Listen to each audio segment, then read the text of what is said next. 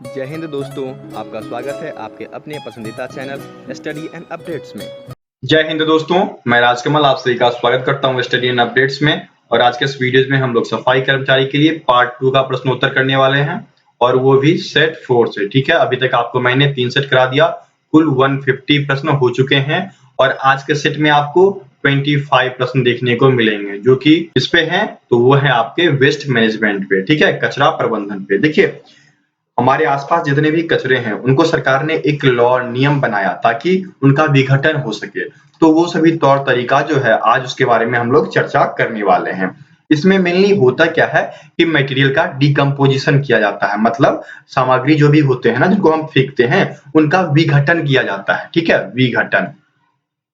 और ये जो विघटन होता है इसमें 3 तरीके का प्रयोग किया जाता है, एक रिडक्शन, दूसरा रिसाइकल, तीसरा डिस्पोजल। ठीक है, और ये तरीके जो होते हैं उसमें सर्वप्रथम लैंडफिल का प्रयोग किया जाता है। इन सभी विषयों पे मैं आज चर्चा करने वाला हूँ और विस्तार से आपको समझाने वाला हूँ। ठीक है, तो चलिए आपका पहला प्रश्न जो कि दिया गया है, waste removal system was established in which of the following city for the first time. पहली बार निम्नलिखित में से किस शहर में अपशिष्ट हटाने की व्यवस्था स्थापित की गई। देखिए, हुआ क्या था कि एथेंस नामक एक शहर है जो कि ग्रीस की राजधानी है। ठीक है, किसकी? ग्रीस की। ये ग्रीस की राजधानी है और यहाँ पर क्या हुआ था कि एक बार ना खाना, चलिए, फूड को सड़कों पर फेंक दिया गया। तो जब सड़कों पर फेंका तो सरकार ने क्या किया, उस पे आरोप लगाया और बोला कि इन सभी कचरों को एक जगह एकत्रित करो। ठीक है, क्योंकि यदि हम कोई चीज कहीं फेंकते हैं तो फिर क्या होता है, वो सड़ता है, गलता है, उससे क्या होता है कि बदबू आती है, फिर वहां का जो आम जीवन है वो परेशान हो जाता है। तो इन्हीं चीज का ख्याल रखते हुए वहां के गवर्नमेंट ने लॉ बना दिया और पहली बार एथेंस में, ठीक है, अपशिष्ट को हटाने की व्यवस्था की गई। तो उत्तर क्या हो जाएगा फर्स्ट का उत्तर ए हो जाएगा, एथेंस। ठीक है, चलिए आगे बढ़ते हैं। सेकंड प्रश्न आपको दिया गया है, which of the following solid wastage describe the term municipal solid wastage. देखिए, जितने भी सॉलिड वेस्टेज है ना उनको म्युनिसिपल सॉलिड वेस्टेज कहा गया, नगर ठोस अपशिष्ट कहा गया। और इसमें कौन कौन आते हैं, तो इसमें वैसे पदार्थ आते हैं जो कि मानव जीवन में हार्मफुल नहीं होते हैं, जैसे आपके हो गए न्यूज़पेपर हो गए, ठीक है, ग्रास क्लिपिंग हो गया, पैकिंग हो गया, क्लॉथिंग हो गया, न्यूज़पेपर हो गया, जो भी हम चीजें यूज करते हैं उसको फेंकते हैं ना, वो सब गवर्नमेंट ने क्या किया, म्युनिसिपल सॉलिड वेस्टेज के अंतर्गत डाल दिया।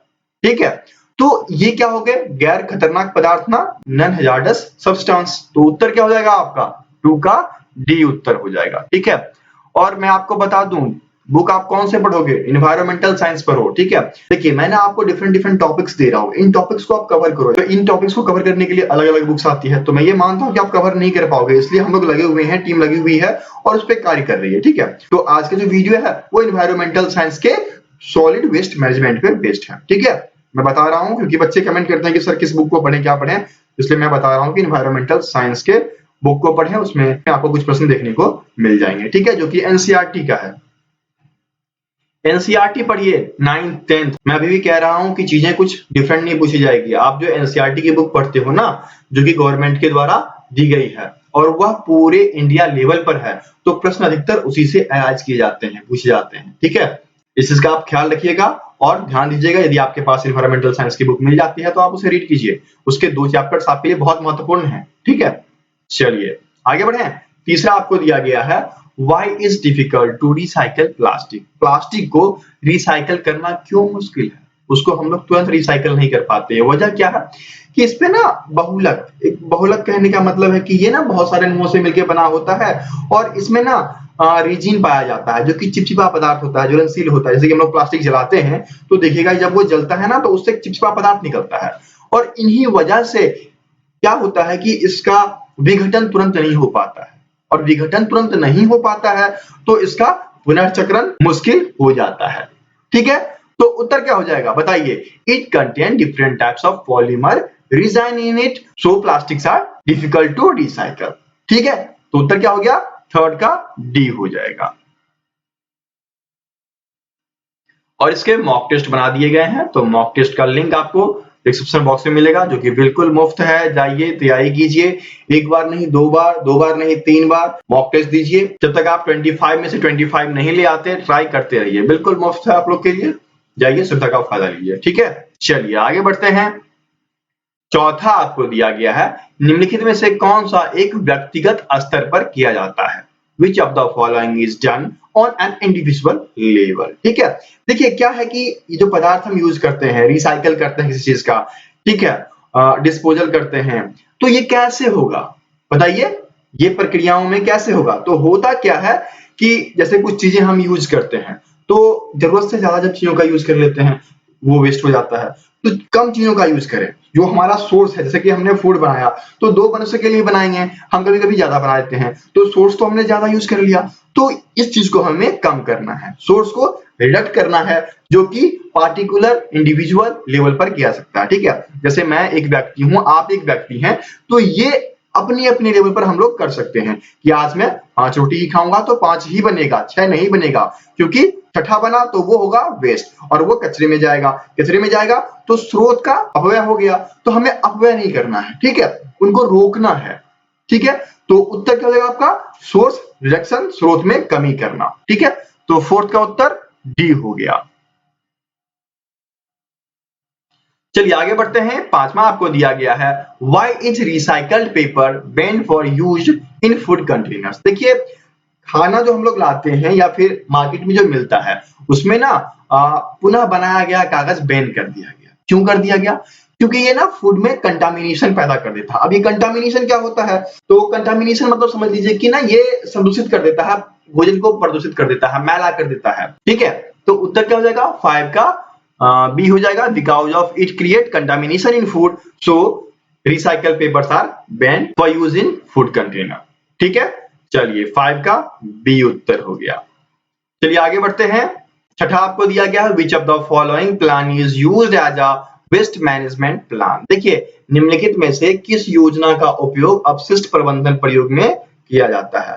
तो अपशिष्ट प्रबंधन प्रयोग जो है उसमें इंटीग्रेटेड प्लान, एकीकृत योजना का प्रयोग किया जाता है।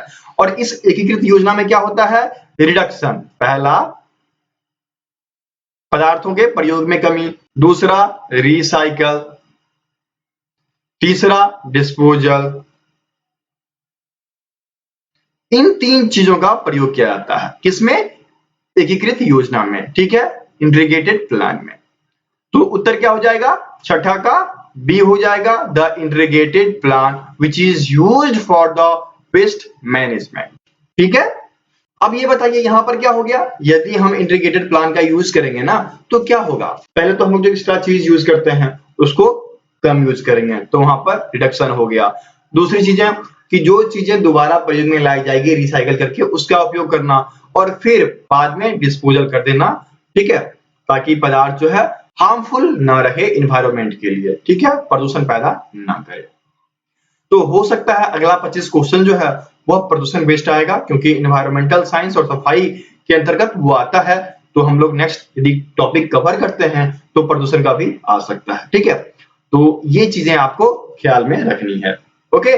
चलिए आगे बढ़ते हैं। सातवां आपको दिया गया है, the organic material of solid wastage will decompose. देखिए ठोस कचरे में जो कार्बनिक पदार्थ होता है वह कैसे विघटित होता है? ये जो वेस्ट मैनेजमेंट है इसमें विघटन, डिकम्पोजिशन होता है। तो डिकम्पोजिशन कैसे होता है पदार्थ का? जैसे हमने पदार्थ को क्या किया? लैंडफिल किया, एक जगह इकट्ठा किया, उसमें से जो रिसाइक्लेबल थे उसको एक जगह एकत्रित करके हटा दिया, ठीक है। उसके बाद क्या होता है? पदार्थ खुले में रहा। जब खुले में रहा तो देखिए कुछ पक्षियां आती हैं, उसमें से जो उसको लगा वो खा के ले गया, ठीक है। जैसे सुअर वुअर हो गया तो कुछ चीजें उसने खत्म कर दिया। उसके बाद क्या होता है कि जो चीजें बची रह जाती है, जो चीजें अपशिष्ट रह जाती हैं, तो उस पे माइक्रो ऑर्गेनिज्म, ठीक है, सूक्ष्म जीव काम करते हैं और उसको खा कर डिकम्पोज कर देते हैं। जैसे आप देखे होंगे कि जानवरों की हड्डियां फेंकी जाती है या जानवर मर जाते हैं तो फेंक दी जाते हैं, तो ये धीरे धीरे डिकम्पोज होते हैं, ठीक है। तो इस प्रकार से क्या होगा कि जो भी सॉलिड वेस्टेज हैं, कार्बनिक पदार्थ हैं, उनका विघटन जो है वह माइक्रो ऑर्गेनिज्म द्वारा किया जाता है, जो कि 7 के सी में दिया गया है। तो 7 का सी उत्तर हो जाएगा, ठीक है। आगे बढ़े। 8 में देखिए आपको दिया गया है, which of the following waste is called as the municipal solid wastage. यहाँ पर 4 ऑप्शन दिए गए हैं। पहला दिया गया है फूड वेस्टेज, सेकेंड दिया गया है वुड पीसेस, तीसरा दिया गया है प्लास्टिक कैंस, और चौथा दिया गया है आपका ऑल ऑफ एबव। मैंने आपको पहले ही बताया कि म्युनिसिपल सॉलिड वेस्टेज के अंतर्गत जो है सभी पदार्थ जो भी हम फेंकते हैं ना वो सभी पदार्थ चले आते, अर्थात खाना वाला कचरा भी आ गया, लकड़ी का टुकड़ा भी आ गया, प्लास्टिक भी आ गया। क्या उत्तर हो जाएगा? All of above. तो 8 का डी उत्तर हो गया। ठीक है, चलिए आगे बढ़ते हैं। 9 दिया गया है the process of burning municipal solid wastage under a suitable temperature and conditions in specific furnace is called. क्या होता है कि एक विशिष्ट भट्टी का उपयोग किया जाता है और एक तापमान होता है और उसमें पदार्थ को जला दिया जाता है, जैसे कि इंडस्ट्री वगैरह में होता है कि पदार्थों को जो कचरा हो गया उसको भट्टी में रखकर जला देते हैं। तो ये जो जलाने की प्रक्रिया होती है ना इसको भस्मीकरण कहा जाता है, इंसिनेशन कहलाता है, जो कि 9 के बी में दिया गया है। ठीक है, तो 9 का बी उत्तर हो जाएगा। इसमें ध्यान रखिएगा एक ताप भट्टी होती है, उसमें एक तापमान फिक्स किया जाता है और उसमें वस्तु को जलाया जाता है और उसकी जो चिमनी होती है वो बहुत ऊंची होती है ताकि धुआं जो हो वह ऊपर निकले और मनुष्य को प्रभावित ना करे। ठीक है, तो ये प्रक्रिया हो गया भस्मीकरण का।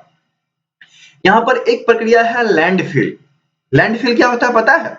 जैसे आप लोग शहर में हैं तो शहर में क्या होता है, आप ना म्युनिसिपल कॉर्पोरेशन के गाड़ी में डाल दिए, वो गया एक जगह जमा किया, वहां से उसको रिसाइकल किया, फिर उसको एक दूर जगह पर जाकर डाल देता है जहां पर मनुष्य नहीं होते हैं।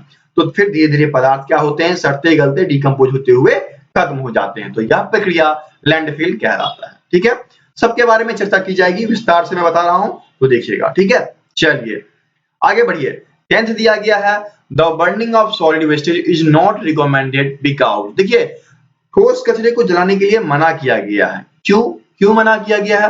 क्योंकि यह क्या करता है, पर्यावरण को प्रदूषित कर देता है और पर्यावरण प्रदूषण पे रोक लगाया जा चुका है। ठीक है, तो ढूंढिए ऑप्शन।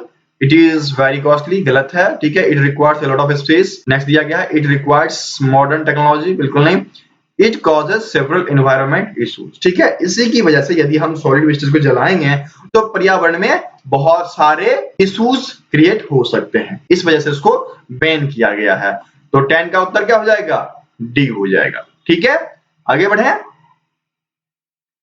11 आपको दिया गया है when the organic matter present in sanitary landfill decomposition it generates। क्या होता है कि जैसे हमने लैंडफिल के तहत पदार्थ का पृथक्करण किया, उसका अलग संग्रहण किया, समावेश किया और उसके बाद उसको बायोलॉजिकल रिएक्टर है उसमें डालकर उसको हम लोग विखंडित करते हैं, तोड़ते हैं, जिसको कि एनारोबिक डिकम्पोजिशन कहा जाता है। तो इसमें क्या होता है कि ऑक्सीजन की कमी हो जाती है और जब ऑक्सीजन की कमी होती है तो वहां पर मीथेन गैस जनरेट हो जाता है, जो कि बायोलॉजिकल गैस के नाम से भी जाना जाता है। ठीक है, तो उत्तर क्या हो जाएगा?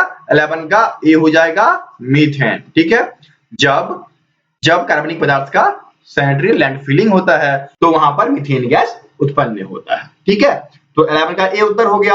आगे बढ़े।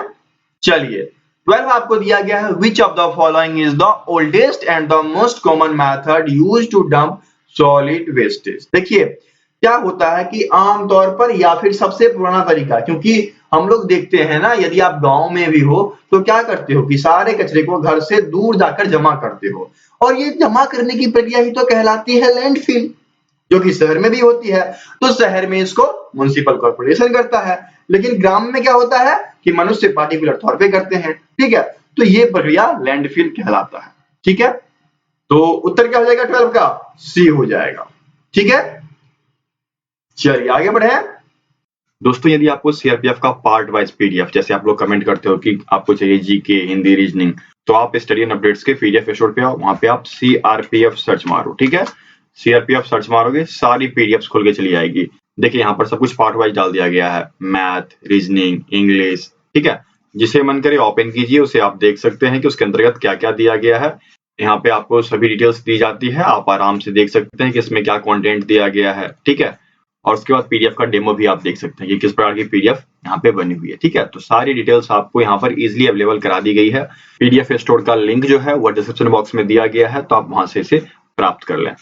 आपको जो भी डाउनलोड करना है आप यहाँ से डाउनलोड कर सकते हैं। ठीक है, जो चार्जेस है वो चार्जेस आप पे करेंगे और याद रखें ईमेल आईडी जो यूज करें वह सही दें, ताकि जब पीडीएफ आप बाय करोगे तो उसका लिंक जो है आपके जीमेल पे चला जाता है और फिर आप वहां से पीडीएफ डाउनलोड कर पाते हो। तो ईमेल आईडी करेक्टली डालें। ठीक है, और जैसे कि प्रैक्टिस सेट हो गए वो भी आपके डले पड़े हैं। ठीक है, हर एक चीज हिंदी इंग्लिश लैंग्वेज में डले पड़े हैं। यदि आपको मैट्रिक्स चाहिए तो मैट्रिक्स रहा, ठीक है, ये आपका रीजनिंग रहा हिंदी में, तो सभी चीजें यहाँ पर डाल दी गई है। जो आपको चाहिए आप आओ आराम से पीडीएफ डाउनलोड करो, ठीक है। 13 आपको दिया गया है डिकम्पोजिबल वेस्टेज कंटेंट्स, अर्थात डिस्पोजेबल कचरे जो होते हैं वह किससे मिलकर बने होते हैं? ठोस से, खिसकना पदार्थ से, तरल पदार्थ से। देखिए यहाँ पर सॉलिड वेस्टेज, क्योंकि हम लोग आज जो कर रहे हैं वह सॉलिड वेस्ट मैनेजमेंट कर रहे हैं, तो बिल्कुल सही है।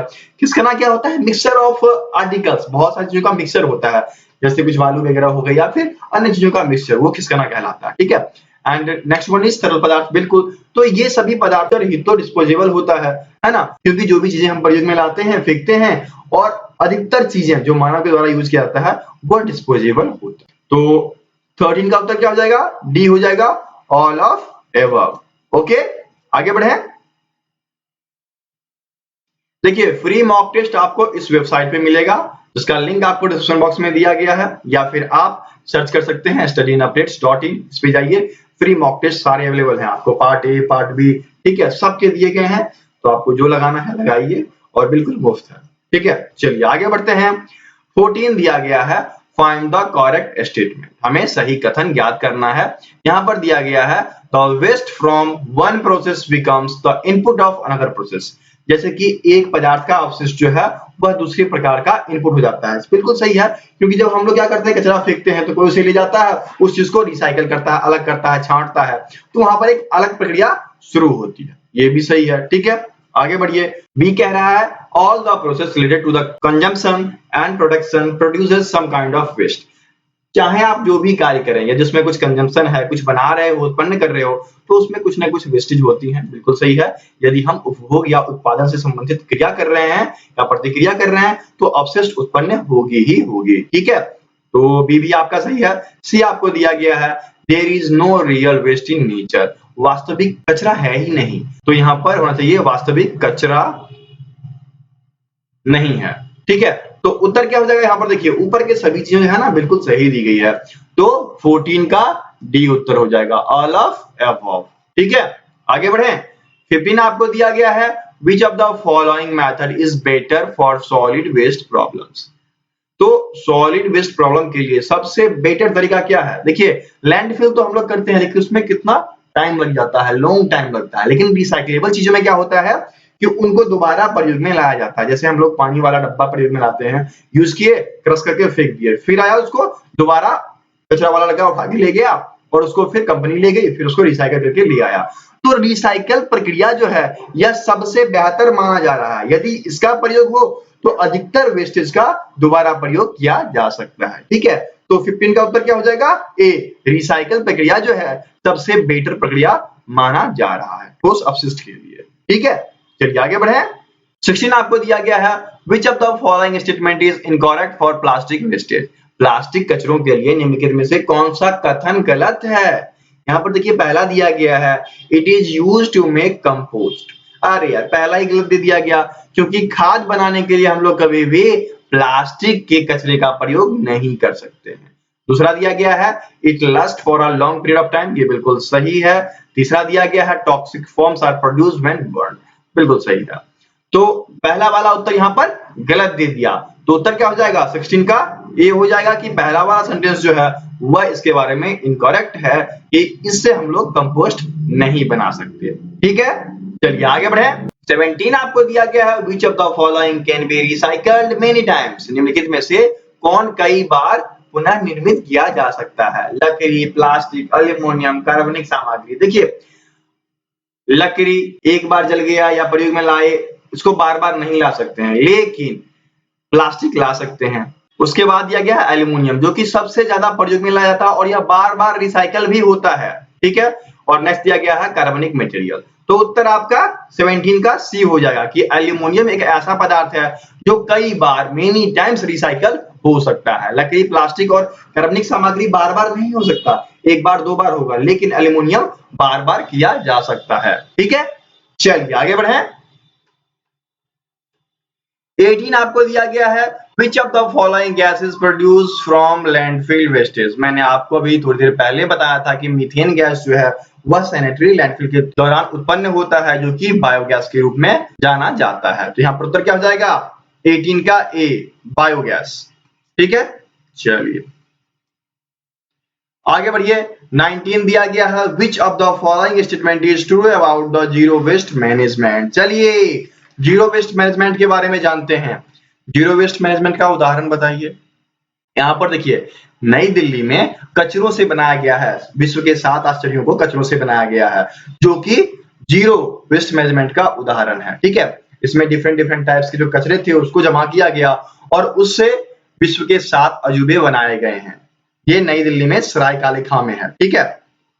तो चलिए जानते हैं इसमें होता क्या है कि जो भी कचरा है ना उसको सर्वप्रथम पृथक किया जाता है। एक जैसा कचरा हुआ तो उसको अलग संग्रह किया गया, फिर उसका दोबारा प्रयोग कर लिया गया, ठीक है। उस कचरे का ही जैसे आप लोग वीडियोस देखते होंगे यूट्यूब पे या फिर फेसबुक पे 5 मिनट क्राफ्ट्स, वो क्या करते हैं कि जो पदार्थ आपने यूज किया थ्रो कर रहे हो तो उसी का प्रयोग करके एक नई चीजें बना देते हैं। तो यह प्रक्रिया कहलाता है जीरो वेस्ट मैनेजमेंट।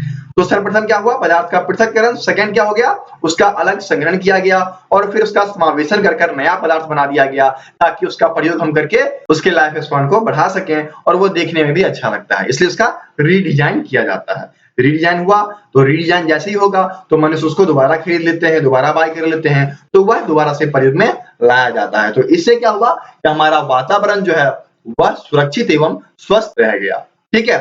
तो देखिए यहाँ पर क्या होता है, ऑप्शन पढ़ लेते हैं। ए दिया गया है separate collect of each kind of waste, बिल्कुल सही है, हर तरह के कचरे को अलग अलग संग्रह करना। दूसरा दिया गया है स्रोत के कचरे को पृथक करना, जो भी कचरा आप गार्बेज जमा करते हैं उसको अलग अलग पृथक करना।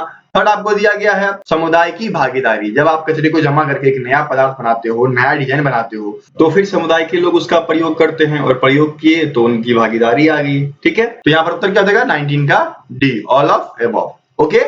चलिए आगे बढ़ते हैं। 20 आपको दिया गया है how many main components are there in integrated waste management system. मैंने आपको पहले भी बताया, रिडक्शन,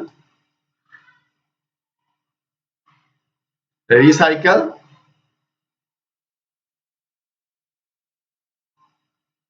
डिस्पोजल, ये 3 जो हैं यह कंपोनेंट्स हैं किसके, इंटीग्रेटेड वेस्ट मैनेजमेंट के। उत्तर क्या हो जाएगा 3, जो कि बी में दिया गया है, तो 20 का बी उत्तर हो गया, ठीक है। चलिए आगे बढ़ते हैं। 21 दिया गया है features of zero waste management. देखिए अभी जस्ट मैंने बताया है और इसमें क्या होता है कि सभी कचरों को पृथक किया, उसका संग्रह किया और सामुदायिक समावेश। लगता है सिमिलर क्वेश्चन डाल दिया गया है। ये सिमिलर क्वेश्चंस हैं लेकिन क्वेश्चन पूछने के तरीके अलग-अलग हैं, इसलिए इसका यहाँ पर प्रयोग किया गया है, ठीक है। तो यहाँ पर उत्तर क्या हो जाएगा 21 का डी हो जाएगा, ऑल ऑफ अबव, ओके। ये तो मैंने विस्तार से ऊपर बता ही दिया आपको। चलिए आगे बढ़ते हैं। 22 दिया गया है waste is any material that is not needed by the. देखिए अपशिष्ट एक ऐसा सामग्री है जो कि ना ही ऑनर, ना ही प्रोड्यूसर, ना ही प्रोसेसर किसी के द्वारा प्रयोग में नहीं लाया जाता है। वो सब यूज करके थ्रो कर दिए तो प्रयोग में कौन लाता है, तो वो जो कचरे बीनते हैं, ठीक है, वो प्रयोग में लाए और फिर वो कलेक्ट करके कंपनी को दे दिया, कंपनी फिर यूज कर लिया, ठीक है। तो उत्तर क्या हो जाएगा डी, ऑल ऑफ अबव। इन लोगों को दोबारा कचरे की जरूरत नहीं होती है, ठीक है। चलिए आगे बढ़े। 23rd दिया गया है the simple and the most common method used in the cities is collect and dump the waste in. देखिए शहरों में क्या होता है कि मैंने आपको बताया कि जो गाड़ी आती है एनसीडी की, म्युनिसिपल कॉर्पोरेशन की, उसमें क्या होता है पहले कचरे हम लोग फेंकते हैं घर से फेंके, वो जाके जमा हुआ, रिसाइकल हुआ और फिर उन सभी कचरों को एक जगह जाकर डाल देते हैं, जो कि लैंडफिल प्रक्रिया कहलाती है। रिवर में डालना गलत है, रिवर वगैरह में बहुत सारी इंडस्ट्री डाल देती है जो कि गलत है, इस पे बैन किया गया है, ठीक है। तो उस पे आपको ध्यान रखना है। तो यहाँ पर उत्तर क्या होगा लैंडफिल प्रक्रिया, जो कि ए में दिया गया है, तो 23rd का ए उत्तर हो गया, ठीक है। आगे बढ़े।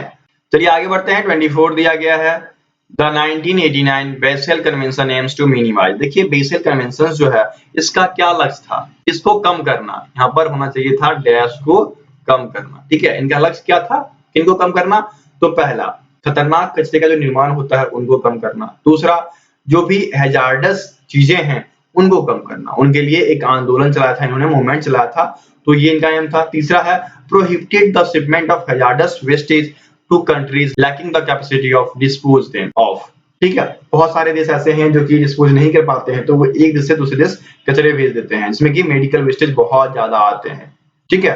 तो इन चीजों पे रोक लगाने के लिए बेसेल कन्वेंशन शुरू किया गया था, ठीक है। तो उत्तर क्या हो जाएगा ऑल ऑफ अबव, तो 24 का डी उत्तर हो गया। ठीक है, चलिए आगे बढ़ते हैं। 25 दिया गया है मटेरियल डिकम्पोज्ड, सामग्री का विघटन क्या होता है। तो सामग्री का विघटन सबसे पहले क्या होता है, जो वेस्टेज हम फेंकते हैं तो वो क्या होता है, वो एक जगह जमा होता है। ठीक है, लैंडफिल प्रक्रिया के थ्रू। ठीक है, और लैंड फिलिंग जब हो जाती है तो वो पदार्थ क्या हो जाता है, ब्रेकिंग डाउन, टूटना शुरू होता है, डिफरेंट भाग में टूटता है यदि कार्बनिक पदार्थ हुए तो। और फिर जब ये टूटना शुरू होते हैं तो इसमें टाइम लगता है, जो कि एक जटिल प्रक्रिया के रूप में माना जाता है। और फिर क्या होता है, लास्ट में जब माइक्रो ऑर्गेनिज्म उसमें लगते हैं तो उसको बिल्कुल ही डिकम्पोज कर देते हैं। ठीक है, तो यहाँ पर ए बी सी तीनों ऑप्शन सही है। ठीक है, ए बी सी, तो उत्तर क्या हो जाएगा 25 का डी, कि मटेरियल डिकम्पोजिशन जो है उसमें पदार्थों को पहले लैंडफिल किया जाता है, फिर उसका डिकम्पोजिशन होना शुरू होता है ऑर्गेनिक मटेरियल्स का। फर्स्टली ब्रेकडाउन होता है, उसके बाद फिर कॉम्प्लेक्स प्रोसेस के थ्रू वो गुजरता है और फिर उसमें माइक्रो ऑर्गेनिज्म आते हैं और इस बायोलॉजिकल प्रोसेस के थ्रू पदार्थ क्या जाते हैं, विघटित हो जाते हैं। ठीक है, तो इस प्रकार से आपका 25 प्रश्न यहाँ पर समाप्त होता है। ओके, एक करंट अफेयर से प्रश्न मैं आपसे पूछूंगा और ये एक एक्टर के बारे में है जिनकी मृत्यु 67 वर्ष की उम्र में हुई। ठीक है, और ये करंट अफेयर का प्रश्न है इसलिए आपको बताना है। 67 वर्ष की उम्र में 30 अप्रैल 2020 को इनकी मृत्यु हुई। ठीक है, और वो भी ब्लड कैंसर की वजह से। तो उनका नाम क्या है, ये कमेंट बॉक्स में आपको कमेंट करना है। ठीक है, ये करंट अफेयर का प्रश्न है और एग्जाम में आ सकता है, इसलिए इस पे आप ध्यान देना और मुझे कमेंट बॉक्स में इसका उत्तर बताना। ठीक है, तो चलिए मिलते हैं दूसरे वीडियो में, तब तक के लिए जय हिंद।